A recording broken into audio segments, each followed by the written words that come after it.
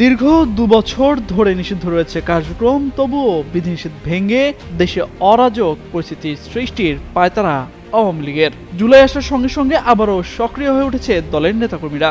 এমনকি ভারতে বসেই বিভিন্ন বার্তা দিতে দেখা যায় মানবতা বিরোধী অপরাধে দণ্ডিত আসামি শেখ হাসিনাকে। পরিকল্পিতভাবে সরকারকে বেকায়দায় ফেলতে নানা ছক কষছেন দলটির নেতাকর্মীরা। এমন বাস্তবতায় আওয়ামী লীগের বিরুদ্ধে কঠোর অবস্থানে যাওয়ার কথা ভাবছে সরকার। স্বরাষ্ট্রমন্ত্রী সালাউদ্দিন আহমেদ সম্প্রতি তার বক্তব্যে জানান, ২৪-এর নৃশংস হত্যাকাণ্ডের পর আজ পর্যন্ত সেই গণহত্যাকারী শেখ হাসিনার কোনো রকমের অনুশোচনা নেই। তারা উল্টো বিদেশে বসে বাংলাদেশে এখন নাকি গণতান্ত্রিক সরকারের বিরুদ্ধে বিভিন্ন রকম ষড়যন্ত্র করছে। আওয়ামী লীগের রাজনৈতিক পতন হয়েছে, সেই আওয়ামী লীগ বাংলাদেশে আর কোনোদিন রাজনীতি করতে পারবে না।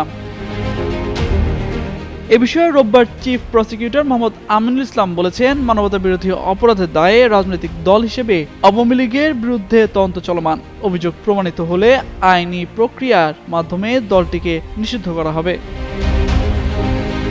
অন্তর্বর্তীকালীন সরকারের সময় আওয়ামী লীগ ও এর সহযোগী অঙ্গ সংগঠনগুলোর কার্যক্রম নিষিদ্ধ ঘোষণা করা হয়। সেখানে নিষেধাজ্ঞা লঙ্ঘনের জন্য কোনো শাস্তির ব্যবস্থা ছিল না। পরে নির্বাচন কমিশন দলটির নিবন্ধন স্থগিত করে।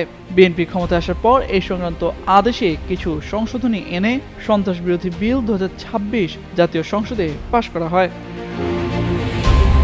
বাংলাদেশ জামায়াত ইসলামীর সহকারী secretary general doctor Hamidur Rahman Azad বলেন, এদেশের জনগণ এখন হার্ডলাইনে আছেন। এই ফ্যাসিবাদী শক্তি যদি আবারও দেশে পুনঃপ্রতিষ্ঠিত হওয়ার চেষ্টা করে, জনগণ তাদের বিরুদ্ধে আরও কঠিন ও তীব্র অবস্থান নেবে। আর জাতীয় নাগরিক পার্টির সিনিয়র যুগ্ম আহ্বায়ক আরিফুল ইসলাম আদিব বলেন, স্বরাষ্ট্রমন্ত্রী আওয়ামী লীগকে দল হিসেবে বিচার করার বিষয়ে যা বলেছেন, শুরু থেকে এটি এনসিপিরও দাবি ছিল।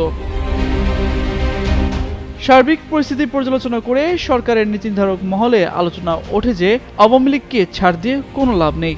দলটি 15.5 বছরের রাজনীতিতে তাদের ভুল বা অপরাধও স্বীকার করেনি। এমনকি রিফাইন্ড বা পরিশুদ্ধ আওয়ামী লীগ বলতে যা বোঝায় দলের ভেতরে তেমন কোনো সংশোধনের আভাসও মেলেনি। দলের পুরনো কাঠামো আগের মতোই রয়ে গেছে। বিশেষ করে 23 জুন প্রতিষ্ঠাবার্ষিকী কেন্দ্র করে দলটি এমন এক পরিস্থিতি তৈরির চেষ্টা করে যাতে আইন শৃঙ্খলা স্বাভাবিক রাখতে পুলিশ ও প্রশাসনের পাশাপাশি সেনাবাহিনীও মোতায়েন করতে হয়। তামজিদ মির্জা, যুগান্তর নিউজ।